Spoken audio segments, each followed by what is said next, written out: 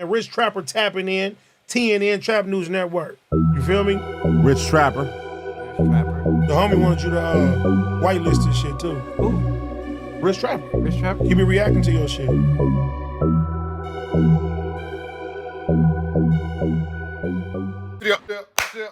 Rich Trapper tapping in, TNN Trap News Network. We back in action with another reaction video. Back in this thing, like cracking this thing, man. Like, comment, subscribe for more good content on it. We got going on here at TNN Trap News Network. Get into my newest single, Your Love Ain't For Me. Get into that if you ain't got into that. Available on all streaming platforms. Your Love Ain't For Me, man. It's available on all streaming platforms. So if you ain't got into that, make sure you get all the way into that. Hit the subscribe button, become part of this Rich Trapper Mafia. Hit that notification bell at the top. It all stay tapped in for the latest and the greatest of what we got going on here at TNN Trap News Network. Get into that. If you ain't got into that, y'all know the deal. Y'all know the deal. Y'all know the deal, man. Get into that. If you ain't got into that, hit the subscribe button, become part of this Rich Trapper Mafia. Get into these, man. Tasty live resin disposable cartridges. Get into these. They're available now. All dispensaries near you, as well as signature honey cigars available where all tobacco products are sold. Get into those if you ain't got into those. We giving away $300, man, to the top commenter, the best commenter. We ain't figured it out yet, but if y'all want to see the best comment get 500, the top comment get 500, or y'all want to see it go split down the middle, let me know, because we giving away 500 at 50,000 subscribers to whoever has the best woo-wop of the whoop-de band, man. So make sure y'all get into that if y'all ain't got into that. We finna jump into this content, man. The last one for the night. Adam22 is out his own mouth explaining why he decided to cancel all the shows and all the weekly lives, all that whoop-de band, man. We finna jump into this without no further do's or don'ts, man. Let's go. Top of my head with the split is you said it was non-financial. You talked to your business partner, so that's the main thing, right? Well, that was one of the that was one of the base. You said it was non-financial. I mean, sorry, it was a financial thing. Yeah. Looking at how much each one of these shows cost to operate, and I think boom, boom, honestly, bow. it was kind of like an aesthetic decision slash like just a content decision as well slash a sanity of mind decision slash a business decision for me to just kind of realize, like, take a step back. I hate to do this, but I kind of got to like look at all of my peers in the space and kind of compare myself to them, look at their business models. I look at somebody like, Ack, obviously is kind of focused on the streaming thing.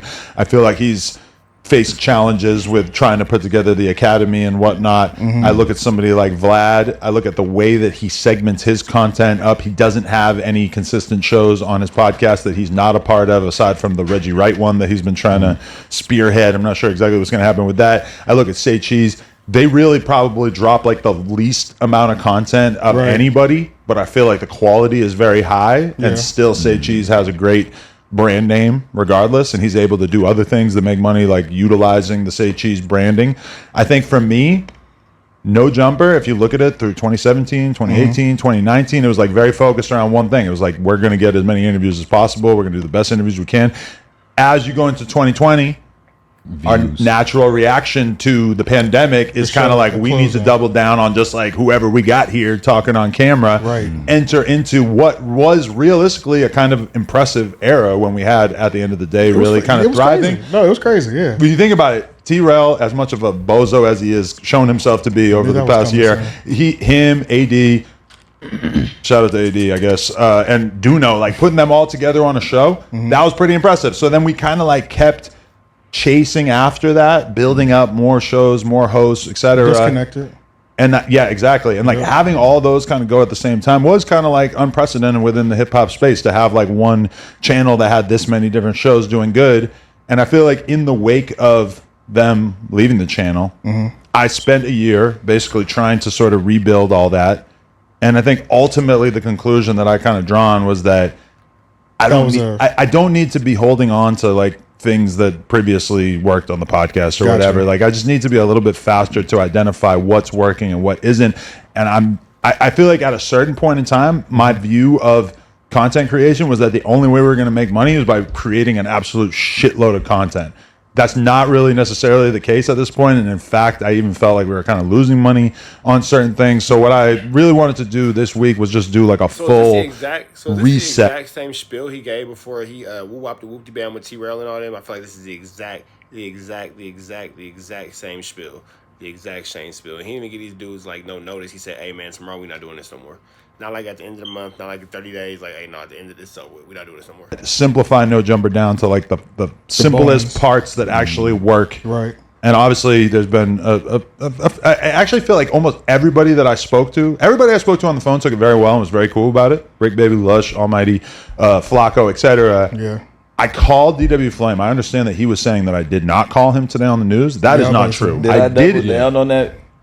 What? I doubled down on I that. didn't watch any of the clips. I'm just like reading Reddit titles I to just base wanted to say my that I knowledge knew of that you called. So I was just like, did he call you or not? Because I did call him. You know, I wanted to have that conversation with DW. He's been around here like the shortest period of time. But I understand that he's kind of like acting as if I didn't call him, which is not true. I tried to call him. He didn't pick up.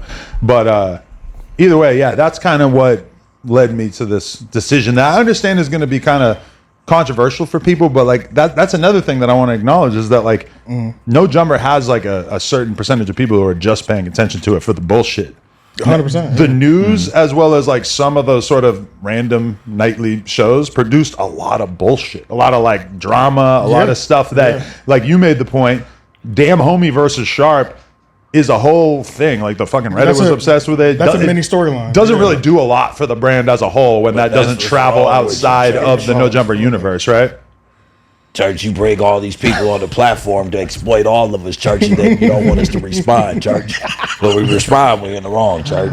Yo, but you see him. He's trying to make a name for himself because last time he showed up, he had words for the Mustard Man. He was telling I'm not him trying that to he make was a name for sassy and myself, shit. you know. The whole thing, Come to LA, catch a body, and just dip. I mean, I think that like the conversation earlier got with a body? Sharp really didn't even need to be. There didn't need to be any emphasis on the fact that he was trying to belittle him because I don't think that was your intention. I think what you were trying to say is there's various parameters of virality. Right. Now, really, what viral means is it transcends the initial platform, and not only when I say platform, I don't mean the universe it exists in, but the actual uploader. Like it gets uploaded by, it's all over point. TikTok. Yeah, it's on different channels. It's on different like tweets. This one has 500,000. This one has 1.2. That is virality. You know what I mean? Like, and in the very definition of the word, right there. Yeah. So it is. This is tickling your fancy right now. Go ahead. What do you mean tickling? Because I say nay, Church. It's a nay for me, Church. Are you getting back to? It's Get Back Gang season. Okay. Yeah. Oh wait, you and Sharp have like a thing going on? That's the thing. Look, Sharp's been getting a raw deal lately. I feel like a lot of people are on Sharp's helmet. I'm empathetic towards that because I've experienced the highs and lows of the No Jumper fan base. I think that he has a lot more, mental fortitude than I did at that point when I was kind of in the. But you're different though. You're different in the way that you got when you hit your highs in the No Jumper universe. It was for a different reason. Yeah, correct. They clowning them about a picture and shit. So it was easier for you to come back. You know what I'm saying? But if you just like amping on bitches, that's a little different. Where it's like it just might get played out. Well, to an extent, like if we're talking about the actual content, that's a different conversation. But that's a conversation. I was having both conversations, right? And I did hear that as well. Yeah. But that's ultimately a subjective opinion. It is 100%. Whether you're right or wrong, there is no, whether I agree or don't. There's some metrics you can go. There are some metrics. Don't start trying to put parameters on it now. But going back to what my whole point is though, is that the last thing I want to do is throw additional shots and try to cut somebody down when they're already getting roasted. Like there's like that doesn't gain me, especially when we all ultimately changes as they may occur, pushing the same line. It's always highs on yeah, we do. And when I was making those phone calls, Sharp had an extremely understanding and positive reaction to it because he's somebody who in very recent memory had, embarrassing him / like dragging his name through the mud turned into content day after day for a week or two there with the Damn Homie situation, to the point where people ask me like, is Damn Homie gonna be back on the news? I'm like, I don't think it makes sense for me to be like bringing in chicks to antagonize somebody who's been rocking with me for. But it makes sense to bring in anybody who are antagonizing, disrespect T-Real. Got it. I see what you got going on there. All these years, and that just doesn't really like benefit us that much. What, we're gonna do another round of that? We're gonna have her and Sharp yell at each other on the fucking show again for another episode of the news. Like, that's just not really. It is good in the short term for like just getting some views. What if but what the fuck? Like, it just don't do that. Thing. What if they find love the next sit down? Listen, if it does go in that direction, I will certainly reconsider. Hey, but real quick, going back to, because I never got to answer my question. Right. You're just kind of like break down the logic. So now, in your explanation, it sounds like the quality outweighed the actual production costs. That's how it sounded based on the way you like described it a little bit. So my question is, it feels like they also weren't profitable, but that was one of the main things you had said to the last era of people is that their shows weren't profitable and the numbers were very different. Right. Because that last era was coming out the gate with 150,000 in the first 24 hours, you know? So definitely that was a different era. But the one thing I will say is that when you're talking live content, talking about the pay disparity between vast majority of it is between like live and and even just like content that you have to rush out, like the clip of Whack running up on Flacco has 500,000 views and has made exactly like $50 on YouTube. Just to put it in perspective of like how much these viral moments actually end up being worth, which I think a lot of people kind of get the wrong idea about that. You can't even account for crash out. The crash out didn't demonetize, did it? No, that one definitely was demonetized. Yeah, and then like I mean like a lot of the nightly podcasts. I'm gonna be honest with you, like people just had a really hard time keeping their potty mouth under control. So like a huge percentage of that was getting demonetized and stuff. So I mean. Clips did the clips as well as the live streams, Oh yeah. Gotcha. It's all encompassing. That's dope to know. Every piece of guts. That was minimize the chat. That shit is driving me crazy. I can't have that in my fucking fourth view. I gotta like bring it up separately later. Yeah. But that was the only burning question at the top. When did you know this was gonna happen? Like, did you know this months ago, or like was this honestly like a last week thing? And it was just like, yeah, I'm announce it. I think like a few months ago when we decided like let's try and do a bunch of nightly live streams was kind of like me thinking in another direction of like, well, maybe we just need to create a bunch more shit and kind of see how that goes. And then like kind of over the course of the last like week or two is kind of when I sort of had a realization that I kind of wanted to rein shit in and do a little bit of a focus more on just quality and even like in terms of us just doing podcasts of us sitting around and like talking and everything. I just feel like instead of doing a consistent schedule, let's just like do it when we feel like we've got the ammunition. Because a lot of the really, truly dreadful content on the news and shit comes from people getting on camera and not knowing what the fuck they're supposed to be talking about. Or even, you know, a memory that comes to mind is when you guys did the episode of No Statements where you have those girls talking about the wigs for a long time. I mean, honestly, I didn't see it. I didn't want to like kill myself mentally in my brain by clicking it, but I heard that there was like a wig infomercial. What happened was, you know, that show ended up winning me the influencer prize on the show. Well, Then you just broke ulterior motives. You just accidentally exposed that you won the show that is not out yet. No, you didn't. On the Tronics it's Network. still 3 more days. Oh shit! Yeah. Okay. No, but You just I feeling got good. to film for 3 days. Yeah. You just feeling I good, just feel right? like That was the cup talking. Good. Now, they might buy a wig. We don't know. but what it was, They might. All I don't know. those girls were the girls that was in the house with me, and it was like, take your child to work day. But It's if like, we how have could I learned, influence? if we've learned anything from Fresh and Fit and whatever and Sharp and every other female-led podcast that's ever existed, there are so few female-led podcasts. But meanwhile, podcasts in which, by the way, shout out to the dog smacking his fucking Man. But if you're going to do a podcast with a bunch of girls, you can't let them run the environment. You need to be running it, and you need to allow them to speak. And that's why Dan Fresh and Fit has taught us that. That's why Dan Homie was like Shang Tsung to Sharp. You feel me? Like he was the ultimate opponent. She I was fighting text you. back. I text you right after that. I told you I possibly could have did my work. You did, and that kind of made me not even The like wig care one? about You watching. I was like, apologize. okay, he knows that wig If you infomercial send was me not that, good. then I know. Yeah, Let's not even look. texted directly after. First of all, I'm on 7 days in the house with these girls. We've been drinking, we've been partying, we've been on. So while I'm here, I'm getting like agitated. It's like the bender, the end. You already burned You out. haven't even slept yet. Yeah, Yeah. You already burned I give out. you that patience. And it was like trying to overtalk, and then you had Gordy. I guess he had got drunk or something, so he was on and off the camera and letting people sit down in his seat. He couldn't even drive the car for me when I was all the way out of gas. Yo, so he Adam, was like, have the floor. Let's hurry up and end it. It was everybody's lowest moment. Yeah. Caught on camera. It going on happens. with Gordy? But honestly, I think that also we'd be remiss to acknowledge the fact that yes, were the numbers way bigger for the live shows during the pandemic era, absolutely. But if you guys analyze metrics for a living, right? That's part of what y'all do. Now, were all live streams numbers super inflated during that time? Everybody was at They the were, concert. but the drop was definitely different. Like, drop was different. even when they left, and even 6 months to 8 months after they left, they were still clearing 100,000. Even if you know what I'm saying? So that's not to take away from what they did. Yeah, peak it might have been like 200 though. Like it was up back then. You know? Right. So, but this is what you saying. This is what I feel like we're losing our whatever word, exclusivity. By being accessible every day. Like I know that they don't have to look at my Instagram. They don't have to wait to interviews. They don't have to wait there's no mystery no more. It's like we know how Brick's feeling today. We know how this dude's feeling today because we're all in their face every single day. Yeah. Sometimes twice Live, and 3 times a day. You get what I'm You got to saying? look at how Joe Budden runs his program.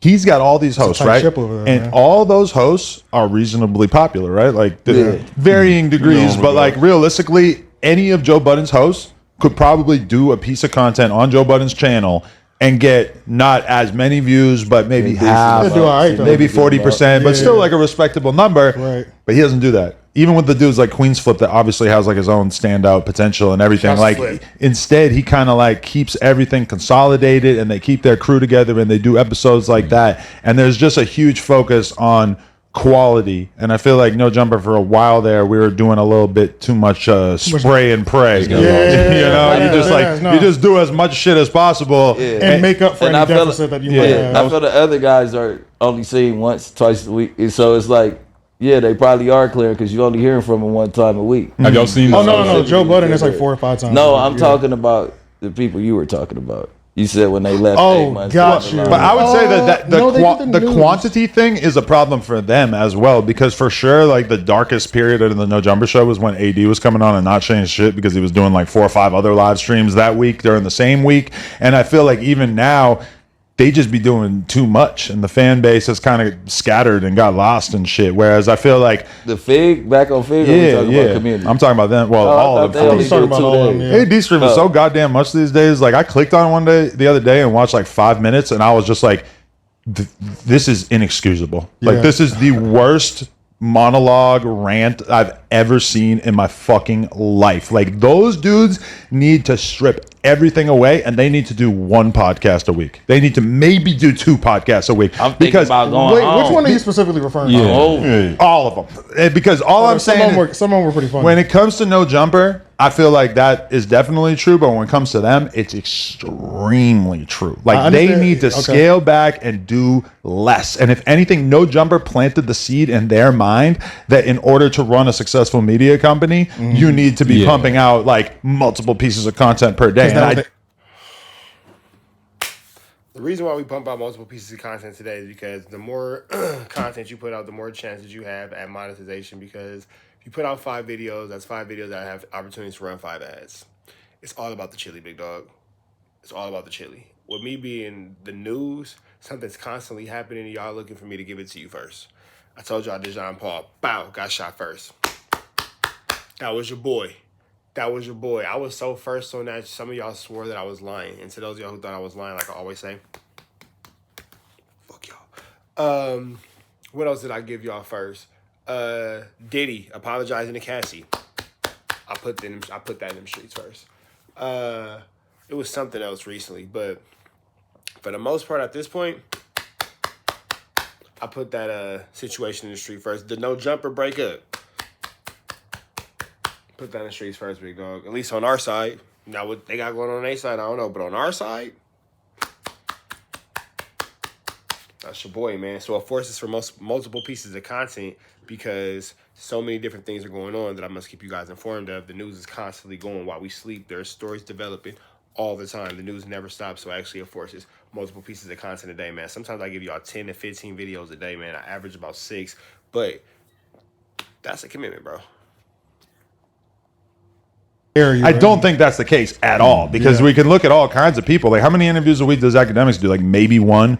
Vlad does a handful of Academics does 4 or 5 hour live streams. interviews a week, and they seem like more because he's dropping them clip by clip every day, though. Yeah, but it's like you just don't need to be producing such a gigantic. So like you just said, Vlad will take a 5-hour interview and break it down into 50 clips, and then give you the 5-hour interview after that. So it's still the exact same concept. It's just different ways of utilizing it. It's all still about flooding the market. Academics floods it with lies. Vlad floods it with clips. It's how you flood the market. It don't matter how you do it. It's just a matter of getting the content out there. Flood of content, and if anything, I think that it was kind of maybe potentially like watering down the channel as a whole. Quality over quantity. I'm trying to moving forward. We could always tack a couple more shows on if we feel like this is getting boring or whatever. Like I'm not closing the door on that, because like obviously if we get something really fucking great going and the channel keeps getting better and better in terms of us just podcasting together, it's like there's going to be a day where I'm not around. Right, and then you guys are going to do it without me. And it's like, that just makes sense. Like, obviously, I'm still open to that. This, to me, is like a temporary, or who knows, like, let's just consolidate and really, like, see if we can make this shit as good as possible. There's never a bad time to do that, honestly, at the end of the day. When you're just saying, I want to make the content better. You know what I'm saying? So there's never a bad time to even and is this really have a break? that moment. Is this really a break? Nah, it's definitely not a break from me in terms of my own personal like content making, because like for me, an average week is probably doing like 5 to 10 interviews. Like that to me is just like what my brain is trained to do. Like if anything, I'm trying to like force myself to not take every interview, because I feel like that kind of waters the content down as time goes by. I'd rather kind of focus on specific shit, you know? This is the first time I met you, but it does feel like you got a monkey off your back. Like it's just like, whoa. No Norbies. Oh, you got to chill. I didn't know. I forgot. You can't even use those terms. Like, American Cholo gonna pop you in the face now. you got some stress off his shoulder. A weight has been lifted. A weight has been lifted off. We're not even going to touch that one, bro. I'm not even going to touch that one, especially when everybody already saying Adam's a slave. Never mind. You know, think about my girl. Every time I say that I'm gonna do some shit, I'm gonna move somebody off the podcast, or I'm gonna fire somebody, she gets real fucking nervous, because she knew AD was getting moved off the Tuesday show, and then she saw everything fucking explode 4 days later or whatever, a couple days later. So like she was like kind of nervous, and I'm telling her, I'm like, listen, like, this is just like what I need to do in order to run a media company that I think is going to work. Like a G-Up. Yeah. I think it's the cleanest. They talk about end so far. What Super Chat said over the phone. That was coward shit. I'm like, no, email. Yeah, right. What do you want to have people live all the way over here? That would have been real corporate. Individually, you have a conversation. You let the person vent 5 to 10 minutes. Hey, let me get to the next. And the only person that it ended up being weird with, that apparently was talking shit, even though I didn't see it, was DW, who's the only one that I didn't actually get on the phone with. So I feel like if I probably had got on the phone with him for 10 minutes, he wouldn't have been on here talking shit. And you did even weird. And you did call him. I did call him, but he apparently didn't see it. But why is that always the case with you? Why is it always somebody say something and then you come on and it's like, nah, man, I did that. Because everybody tries to shape their fucking narrative to be whatever point they're trying to get across. Everybody has an issue with one person. That one person just might be the issue. So you're saying it's easy to do that to you? Super easy, because everybody just says whatever they want about the big boss man. If you are got overalls on, if you have a reputation that. Am I tripping, or does he look even like a slave over right now, like the big boss man? All that just look. This just sounded bad. This is terrible PR right here. Terrible. They gonna clip this part up and make Adam look like a horrible person. Precede you. That's based on lack of accountability. People are gonna be able to like attack that to you real easily. Right. Wow. In this case, you know, you might understand it. You think? You think someone actually? I've been here before too, man. But I know that my brother Comparator was very, very. I heard he was crying and shit. He's feeling down about it. But what I wanted to explain to him is, look, if anybody has been through the ringer, the good, the bad, and the ugly of this organization, is me. And I know that, look, if you see me back as one of the only people that are still in regular motion over here, considering what I already went through, anybody, if you just stay solid, you know what I'm saying, keep your head forward and stay loal to the brand. Nigga, you giving... That was crazy. Yo, nigga, this is not the pursuit of happiness. What the fuck is Keep your head up. Keep your head up. Pay your bills. No, it's not. I get. We felt that shit. I know it sounds funny. We like, felt I get it. But we all. Lush. Come on, man. No, look, but here's the thing. There's forever gonna be ebbs and flows.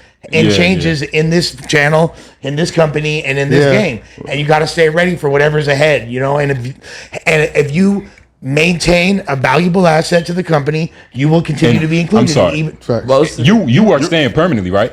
Yeah, we still And rocking. that's why, like, nigga, you saying that is Yeah, you're not most gone. of the people that are what You're not saying that because you're not going. It's hilarious. that weren't really contracted or or most of the people that got the hit, like it was. I don't want to get into business. Did I say too much? But it's like motherfuckers didn't Say even have everything. contracts. You always cheaters on So it. it's like if you would show the show anyway, that's still like tryout era, right? Right. True. All right, so it's like at the end of the day, I didn't want to say that because I'm staying I and said shit that like on that, the- but I'm yeah. like it kind of wasn't really locked in. Motherfuckers was finding a place for 100%. everybody to You can fit. feel it a little You bit. get what I'm saying, Yeah, you and can that's feel why it, he yeah. probably didn't take it into his hands to contract certain people until they fit in where they fit in. Because it was like a water It was fountain like kind 2-3 of. months for me too. All right, man. That's that, man. We finna go ahead and slide up out of here real quick. We up out of here. We up out of here. We up out of here. We up out of here, man. Make sure you hit the subscribe button, become partners with Trapper Mafia. Hit that notification bell at the top. Hit all stay tapped in for the latest and the greatest, man. Tasty live resin disposable cartridges and signature honey cigars. Make sure y'all get into both of those. Red dots sliding to the left. It's time to go to bed, man. We up out of here to the next one. Free Avenue Angel until he's free. We gone.